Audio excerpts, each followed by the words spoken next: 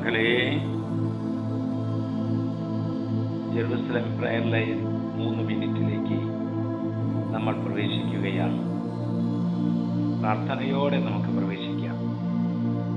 വിവിധങ്ങളായ ഭവനങ്ങളിലിരുന്ന് പ്രാർത്ഥിക്കുന്ന ഓരോരുത്തരുടെയും പ്രാർത്ഥനകളും കണ്ണുനീരും നിയോഗങ്ങളും ഓർത്ത് ഞാൻ പ്രാർത്ഥിക്കുകയാണ്. പ്രിയപ്പെട്ട മക്കളെ, ആരും കാണാതെ പോകുന്ന ജീവിതങ്ങളെ, ആരും കാര്യമാക്കാതെ എടുക്കുന്ന ജീവിതങ്ങളെ, പാപികള്, ദുശീലങ്ങളിൽ അകപ്പെട്ടവര്, കള്ളന്മാര്, അംഗവൈകല്യമുള്ളവര്, സംസാര ശക്തിയില്ലാത്തവര്, കുഷ്ഠരോഗികള്, ആരും കാര്യമായി എടുക്കാത്ത ജീവിതങ്ങളെ യേശു വളരെ സ്പെഷ്യലായിട്ട് അവരെ കാണുകയും അവരെ വളർത്തുകയും അവരെ മഹത്വമണിയിക്കുകയും ചെയ്യുന്ന കാഴ്ച സുവിശേഷത്തിലൂടെ നീളം കാണാം. ഇന്നിതാ കർത്താവ് നമുക്ക് വചനം തരികയാണ്. ലൂക്കയുടെ സുവിശേഷം 12-ാം അധ്യായം 7-ാം വാക്യം. നിങ്ങളുടെ തലമുടിയിട പോലും എണ്ണപ്പെട്ടിരിക്കും. ഭയപ്പെടേണ്ട, നിങ്ങൾ അനേകം കുരുവികളെക്കാൾ വിലയുള്ളവരാണ്. മകളെ, നമ്മുടെ തലയിലെ തലമുടി എണ്ണി തിട്ടപ്പെടുത്തുന്ന ഒരു കർത്താവ്,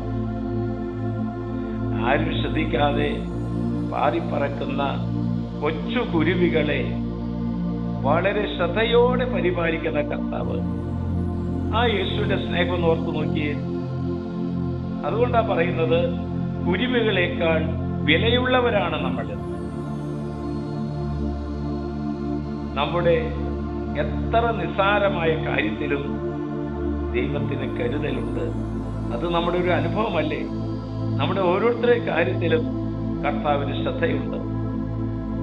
നമ്മുടെ അസൗകര്യങ്ങളിലും അസ്വസ്ഥതകളിലും കർത്താവിന് കരുതലുണ്ട്. നമ്മുടെ ഭയത്തിലും സങ്കടത്തിലും കർത്താവിന് കരുതലുകളുണ്ട്. നമ്മുടെ ആവശ്യങ്ങളിലും നിയോഗങ്ങളിലും കർത്താവിന് കരുതലുണ്ട്.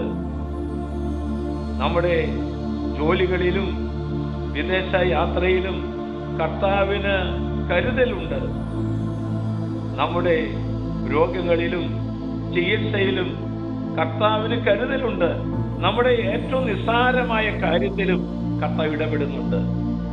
അവിടുത്തെ പറയാണ്, മോനെ, നീ എനിക്ക് വിലപ്പെട്ടവനാണ്, പ്രിയങ്കരനാണ്, ബഹുമാന്യനാണ്. സമ്പത്തോ സൗന്ദര്യമോ ആരോഗ്യമോ അധികാരമോ ജോലിയോ സ്ഥാനമാനങ്ങളോ അല്ല, അത് നഷ്ടപ്പെടുന്നതല്ല ദുരന്തം എന്ന് പറയുന്നത്. ഹൃദയത്തിൽ നിന്ന് സ്നേഹവും പരിഗണനയും നഷ്ടപ്പെട്ടു പോകുന്നതാണ്, വറ്റിപ്പോകുന്നതാണ് മഹാദുരന്തം എന്ന് പറയുന്നത്. ശരീരത്തിന് വൈകല്യം ഉണ്ടാകുന്നത് പോലെ ചിന്തയ്ക്കും വൈകല്യങ്ങൾ ഉണ്ടാകും. നന്മ ചെയ്താൽ ശരിയാകുമോ, തെറ്റിപ്പോകുമോ, എല്ലാവർക്കും സ്വീകാര്യനാകുമോ, എല്ലാവരും കളിയാക്കുമോ, വിമർശിക്കുമോ എന്നിങ്ങനെയുള്ള ഭയവികാരങ്ങളുടെ മേൽ കർത്താവിന് കരുതലുണ്ട്.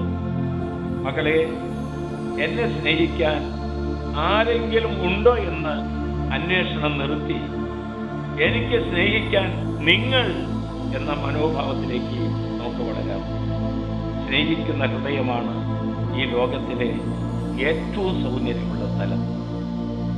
ദൈവമേ, ഇപ്പോൾ ശുശ്രൂഷ സംബന്ധിച്ചുകൊണ്ടിരിക്കുന്ന കുടുംബങ്ങളെയും പ്രേക്ഷിതരെയും അപ്പസ്തോലന്മാരെയും സഹനപ്പൂക്കളെയും ജോലിയുള്ളവരെയും പരീക്ഷയ്ക്ക് ഒരുങ്ങിക്കൊണ്ടിരിക്കുന്നവരെയും നിന്റെ കരങ്ങളിലേക്ക് സമർപ്പണം ചെയ്ത് പ്രാർത്ഥിക്കുന്നു.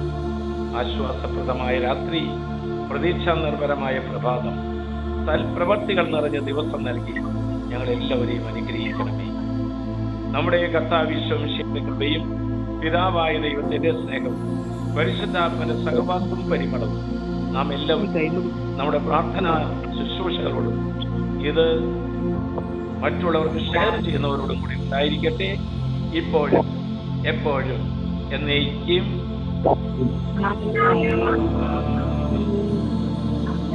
ഇപ്പോഴും എപ്പോഴും എന്നേക്കും. Amen.